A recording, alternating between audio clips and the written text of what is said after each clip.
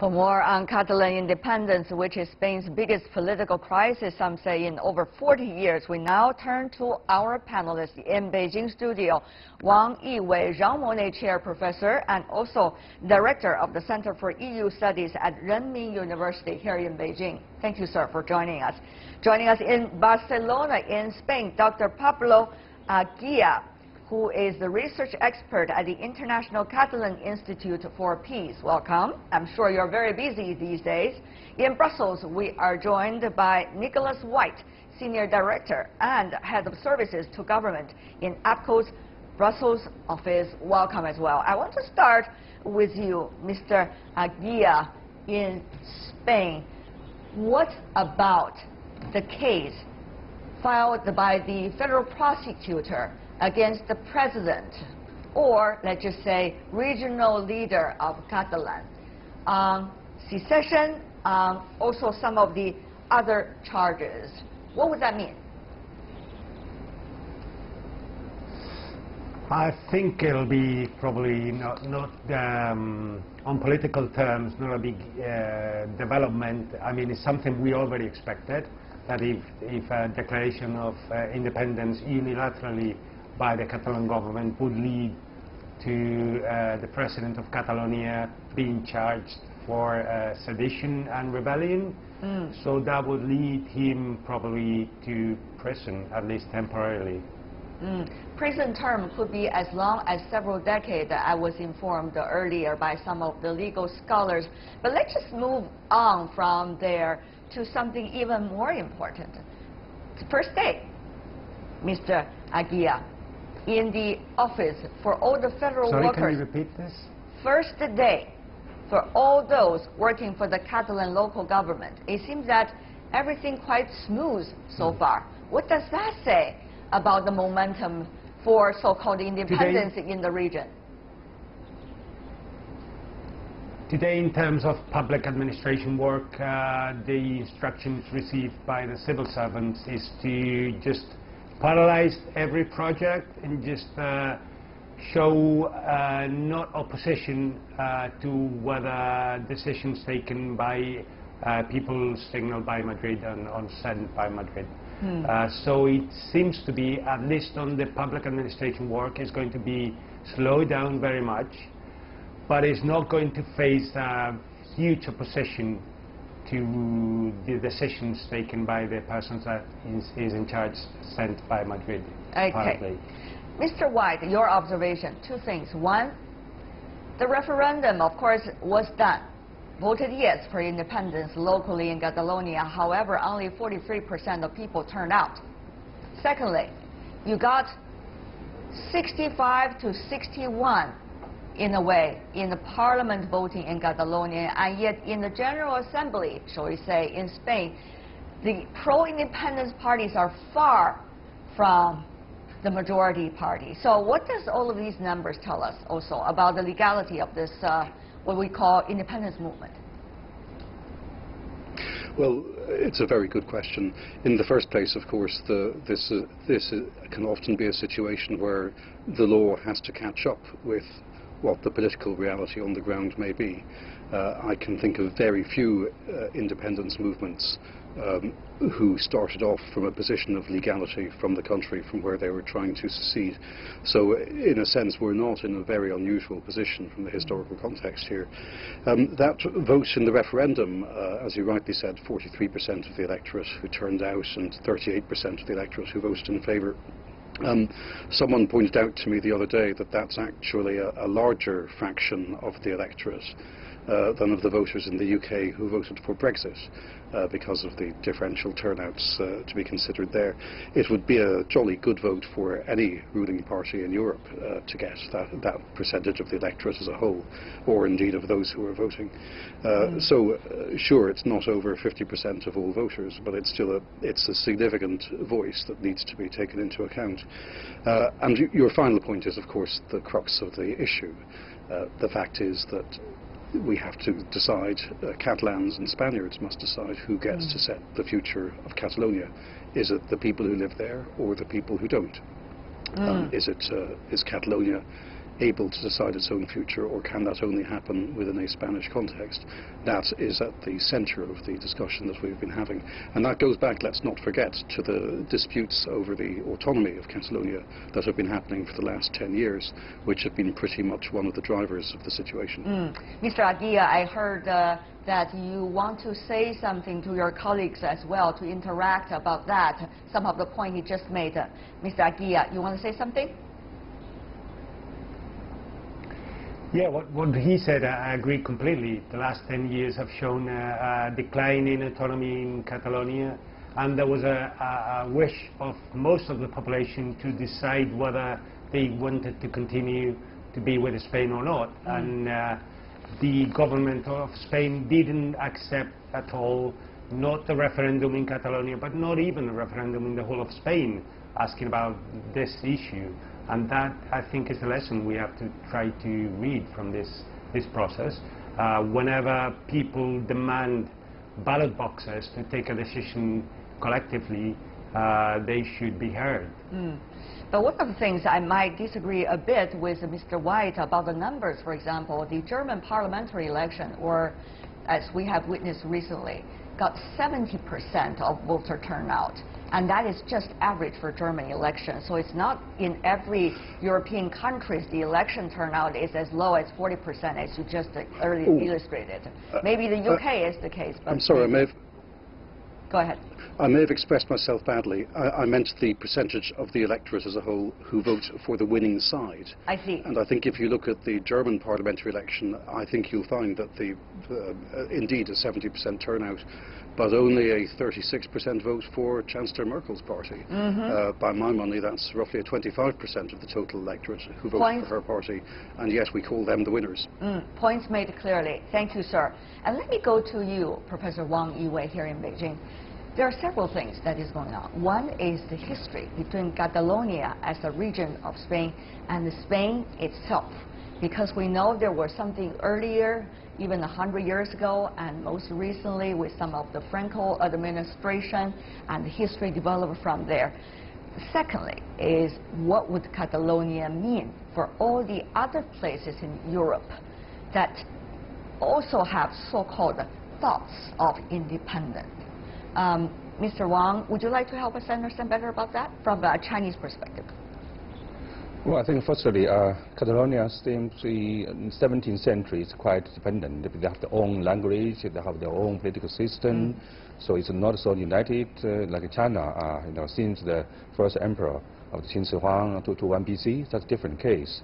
It's a very rich area since the Roman Empire, because it's a continental area of the Mediterranean Sea, and then so that the two driving forces of the gap between the rich and the poor, and the ideology, culture, they have some gaps also. And recently, because of the European leaders like French President, German Chancellor, pushed forward so-called the fiscal policy united, because that's the reason of the debt crisis. So Catalonia, the people, they're very worried about that. They were substitute of many to other places of Spain, and then sees independence.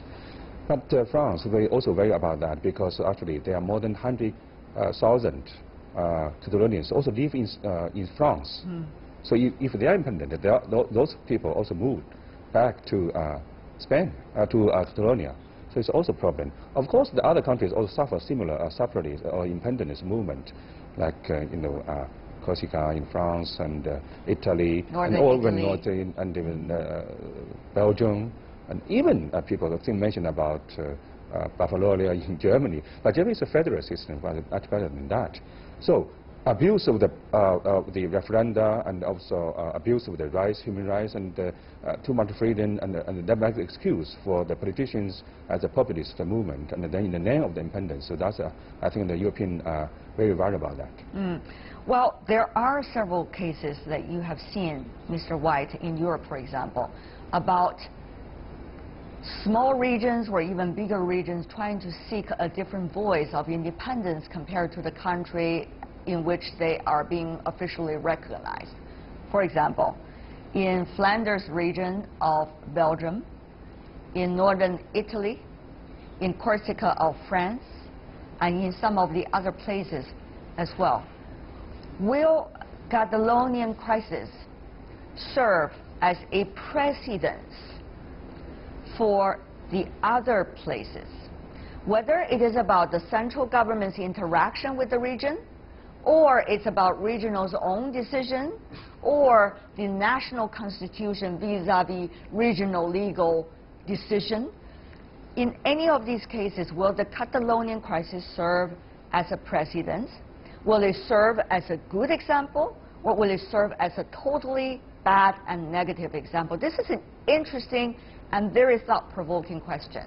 Mr. Whyte.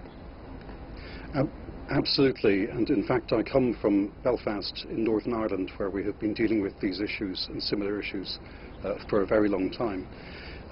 It seems to me that, first of all, every situation is different, and so there is no precedent that fits every other case. But the crucial thing that has gone wrong in the Catalan case is the treatment of the situation by the central government. And you mentioned Flanders, and you mentioned Northern Italy, and you mentioned Corsica, and we could add Scotland to that, and we could add a few others, I'm sure. But in all of these cases, the problem has remained being treated in a political, legal, and democratic way.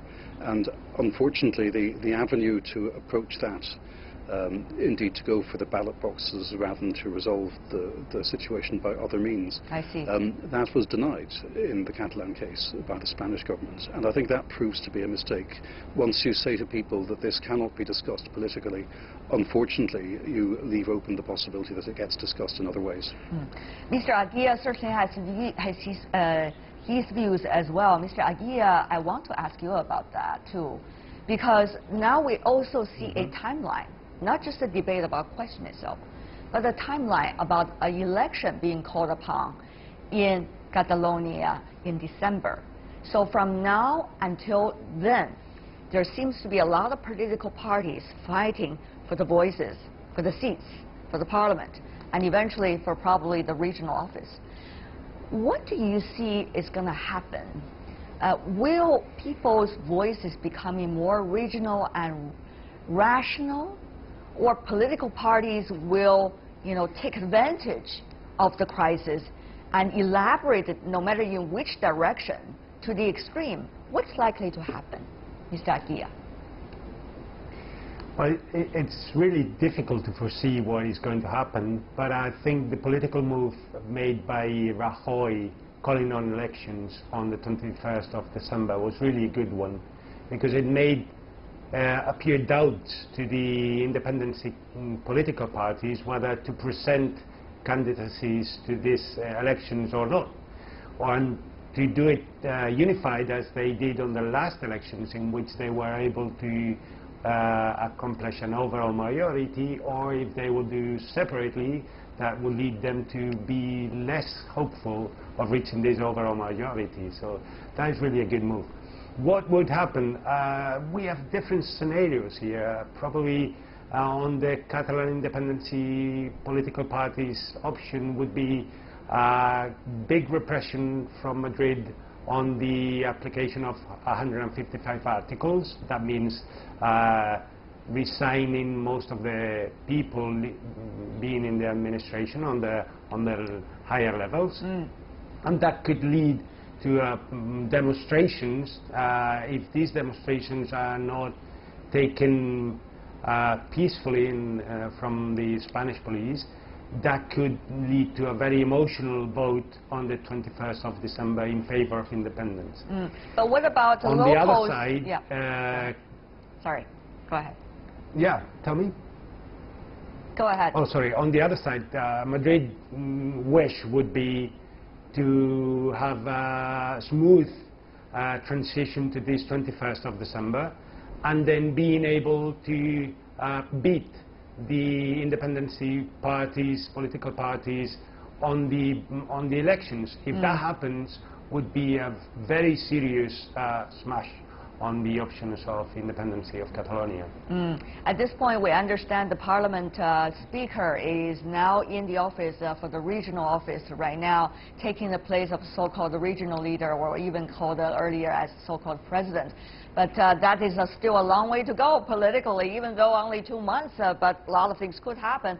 Having said that, a poll published recently by the Spanish national newspaper El País has on Saturday suggested that 55% of the Catalan respondents opposed to the declaration of independence, 41% in favor, as we have suggested earlier. But there were also earlier suggestions that if an election being held right now, those that are supporting independence, those political parties will not, at this point at least, win the election. That is, has been confirmed, a survey by some of the other organizations. So, having said that though, Professor Wang, how should we look at this? I mean, this seems to be a crisis about independence from Spain, and there's history behind it, and there are complicated background.